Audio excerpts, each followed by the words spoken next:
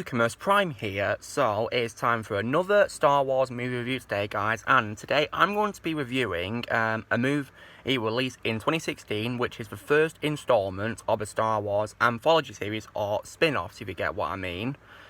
And this movie, guys, is none other than Rogue One, a Star Wars story, directed by Gareth Edwards, and I'm going to be reviewing it. So, after seeing The Force Awakens the previous year, I didn't really enjoy that much, to be honest, guys. I was hoping this one would be better, guys, and so I went in this, thinking I'd hopefully enjoy it. And I was proven to be right, because I actually really enjoyed this movie, guys, and I actually, really loved it. And to this day, it is my favourite Star Wars movie, which is made by Disney, and the only one that I like, a lot, which is made by Disney. Solo I don't mind, but I hate the sequels. This is one that I do love, the only one that I love. And yeah, and I'm going to gush about it. So what's this movie about? So, set a week before Star Wars A New Hope, the plot follows a group of rebels who band together to steal plans of a Death Star, the ultimate weapon of the Galactic Empire. The film also details the Rebel Alliance's first effective victory against the Empire, first referenced in the opening crawl of A New Hope. So yeah, in case you're wondering, guys, the opening crawl of A New Hope is basically the plot of this movie, yeah, which is pretty cool. So, the going on this movie is, I really did like the new cast in this movie. I especially really enjoyed Felicity Jones as Jyn Erso. I think Jyn Erso was an amazing character, and Felicity Jones was fabulous as her. It's my favourite role she's played. And yeah, Jyn is definitely my favourite Disney Star Wars movie female character. Although my favourite Disney Star Wars character overall that's female is Cara Dune. But Jyn Erso is definitely my favourite movie character that's female, yeah. She was absolutely amazing. I also really did enjoy Diego Luna as Cassian Andor. I thought he was really good, and a very good, right-hand man to Jyn. He was very good. And I'm very excited for his upcoming Andor spin-off show, which is a prequel to Rogue One. I'm very excited for it, and yeah. Sounds very interesting, so I will probably give it a watch.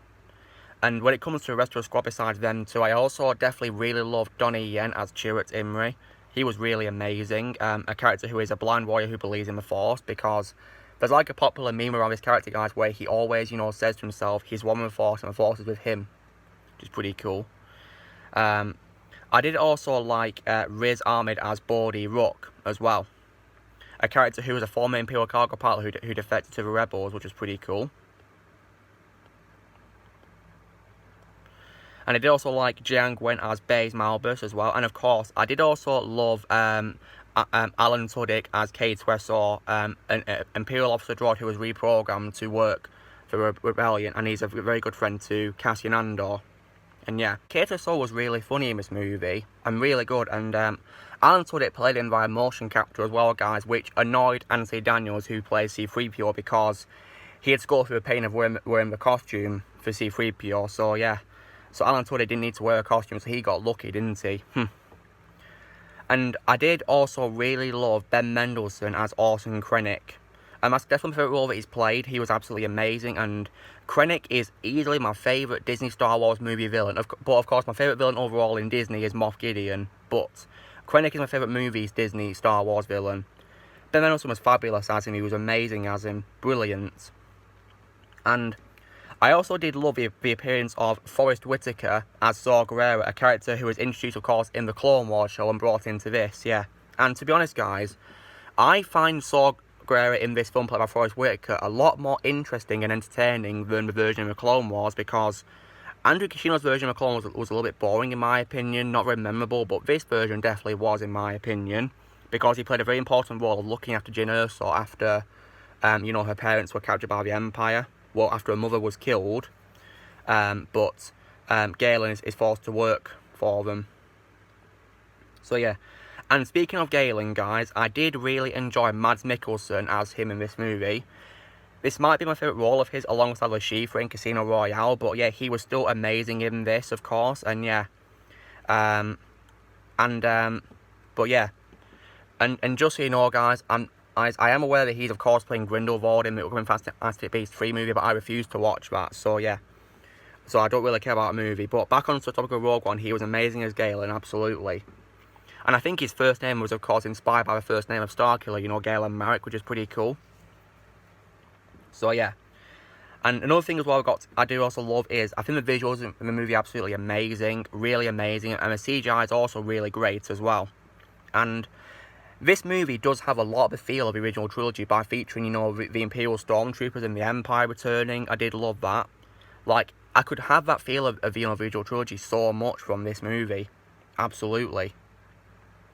And speaking of CGI, guys, I would also like to talk about Grand Moff Tarkin and also Princess Leia, of course, at the end. Like, because they get loads of, you know, of criticism for being in a movie by CGI, and to be honest, guys, I literally don't have a problem with that at all, because, you know, they're being brought in and they have to look like how they did, of course, in A New Hope, don't they? Because this movie takes place a week before A New Hope, so yeah. And Guy Henry, who played Ed Tarkin, you know, with a Peter Cushing's face on him via CGI, did a phenomenal job, you know, capturing the mannerism of him, you know. And so did Ingvild Dealey as Leia at the end of the movie as well. And of course, Carrie Fisher had the line of saying "Hope," which was taken from the previous films, yeah. And another thing as well, guys, that I did also love was the cameo appearance by C-3PO and R2-D2. That was pretty cool, and this, of course, kept up the streak of Anthony Daniels being the only actor to appear in every live-action Star Wars movie, of course, which was pretty cool. And when it comes to story, guys, one bad quality I will say is that I think the first half of the film dragged on a bit, and the pace was a little bit boring in my opinion. It was pretty slow in my opinion, but I can let that slide because I think the final acts of the movie, the second half, definitely saved it in my opinion, because I really loved it so much. It was amazing. And what the movie did as well, which, you know, I didn't really see coming, but I think it was executed brilliantly, was that, you know, the squad themselves, Rogue One squad, they end up all sacrificing themselves. They all die. So yeah, that was, I mean, that is kind of like predictable because they're absent, of course, from the original trilogy and the sequels, of course. So yeah, I kind of had a weird feeling they'd all get killed off, and I was right. But they did it so well because they didn't die for nothing, guys, because they were able to transmit the plans to blow up the Death Star from the base at Scarif to the Rebel ships, the Rebel fleet. So yeah. I did also like, you know, the battle over Scarif. That was actually really good, and it reminded me so much of the original trilogy by featuring, you know, the X-Wings and Y-Wings and stuff like that. It was really great. And what's cool is they actually used archive footage of Angus MacInnes and Drew Henley as Gold Leader and Red Leader, which was pretty cool. MacInnes, of course, returned to you know, record new dialogue for Vander, but they used archive audio for Drew Henley because Henley, of course, passed away, so yeah, rest in peace. It was also pretty cool how in the scene where we see people in Arthur, we had a voice cameo by David Ankrum, who dubbed over Wedge Antilles in A New Hope, which was pretty cool. And we also, of course, got a cameo appearance by Ian McElhenry as Jan Dodona. Even though, guys, I like him more as Barristan Selmy in Game of Thrones, to be honest, because his role in this was quite short.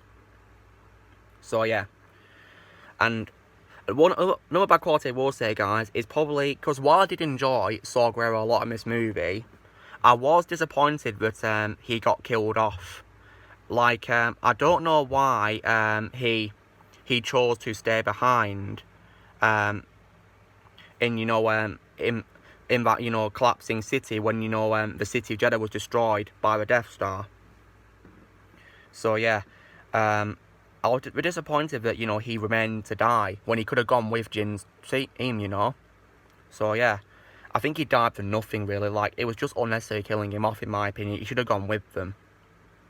But now, on to what is my all-time favourite part of this movie, guys. You know, my favourite part in the whole movie, which is definitely the absolutely fabulous, phenomenal return of my favourite Star Wars character, which is none other than Darth Vader. So yeah, Darth Vader made a glorious return in this movie, and yeah, he only appears in 2 scenes, guys, which is when he meets Director Krennic at his castle on Mustafar, and of course as well in the final scene of the movie, yeah, the penultimate part of the movie. So yeah, the scene where he meets Director Krennic was amazing. I love how we got to see his castle on Mustafar, and of course how he was being healed in a battle tank there, which was pretty cool. And yeah, and he was played in costume by Spencer Wilding in the scene with Director Krennic, And in the final scene of the movie, he's played by Daniel Napris. And when it comes, and of course, the legendary James Earl Jones, my favourite American voice actor, returned to voice Darth Vader. Now, sure, Vader didn't have much screen time, didn't have much dialogue either, but I will say that his scenes were definitely enough to be worth it. Absolutely. Like, despite not really appearing much, James Earl Jones once again nailed it with his voice. Now, guys, I really don't care if his voice has aged since the original trilogy at all, because, guys, come on, right? James Earl Jones was 85 when the film came out, so please, you need to accept that. Like, he couldn't help sounding older. It's not his fault. And still, I think even sounding older, he still sounded menacing as always, like, because his voice is so chilling when you listen to it. It felt, when I saw this at cinema, guys, it felt so surreal to hear his voice of Darth Vader once again, you know. It felt so surreal and amazing. So, yeah. And you should also be glad, guys, that he was willing to take part in this film, because the year the film came out, guys, his wife died from cancer. So, yeah, you know, he was going through quite a lot, guys. So, yeah, we have to really appreciate him being willing to take part in this film, despite, you know, his wife dying, you know. And, yeah. And on to, you know, my final part, you know, the final scene of the movie, guys, you know, the scene where Darth Vader is in the corridor and he slaughters the rebel soldiers to get the plans. That is probably, like, my all-time favourite moment of Darth Vader in action with his lightsaber. Like, the atmosphere was nailed brilliantly, the darkness and the brutality of Darth Vader. Like, oh my goodness, it was nailed perfectly, in my opinion. Like, it's just the kind of scene that you need to show how great of a villain Darth Vader is, and, you know, that scene, you know, certainly cemented my love for Vader being my favourite villain of all time, no matter what. He'll always be my favourite villain ever. He's absolutely incredible, he is. And, yeah. And, of course, what's amazing as well, guys, is that this scene literally takes place minutes before A New Hope begins, which is pretty cool. So, yeah. And the final scene of the movie, of course, set it up where Leia says there's going to be hope. So, yeah, that was amazing. And, yeah. So, yeah, Darth Vader was definitely my favourite part of the movie, guys. And as a fun fact, guys, he was the only reason why I wanted to see the movie in the first place, really. Because, you know, he's my favourite Star Wars character. Like, as soon as I saw that one shot of him in the trailer, I was like, yes! I've got to see this movie, so I did, yeah. Another thing that I did also like was also the return of Jimmy Smits as Bail Organa, guys. And I did like how he came in this movie to play a supporting role in the Rebel Alliance on Yavin. And, yeah. And Jimmy Smits was amazing as him, and I am glad this movie also clarified where he was in A New Hope, because in his final scene of the movie, guys, he goes to Alderaan to await the arrival of Leia, but of course, that all went horribly wrong in A New Hope, because the Death Star, of course, destroyed Alderaan. So, yeah, this movie confirms he was indeed on Alderaan when the Death Star destroyed it in A New Hope.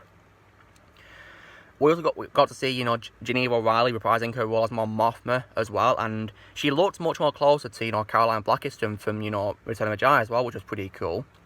And yeah, they did a good job making her look like her a little bit, and she's definitely a worthy successor in my opinion. She was amazing as Mon Mothma, really great in the role. So yeah, another positive highlight I will say as well, guys, is the music by Michael Giacchino.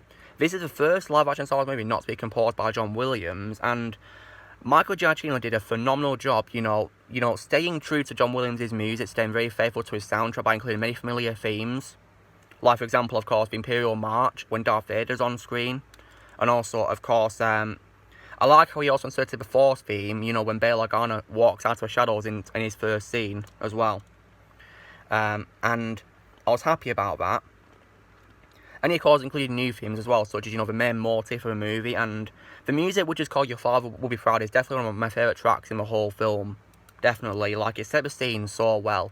And, of course, Jyn did make her father proud, because Galen Erso didn't die for nothing, because he was able to provide, you know, the Jyn's group with plans to destroy the Death Star, because he secretly placed a flaw in it to blow up, which was, you know, the exhaust port, you know. He was in charge of that. And he allowed it to be destroyed, yeah. So he didn't die for nothing. I do also have a track called Hope, which is, of course, the theme it plays when Darth Vader kills rebels. And then it transitions to, you know, the music from A New Hope, yeah. And then, you know, the Force theme as well when it shows Leia. when it comes to if there was an opening crawl, guys, I wish it was an opening crawl, but to be honest, guys, I didn't really mind it, to be honest, because it's a spin-off movie. It's not like a main film, but it was a bit of a shame it wasn't an opening crawl, to be honest. I wanted to see one, but sadly not, guys. Oh well.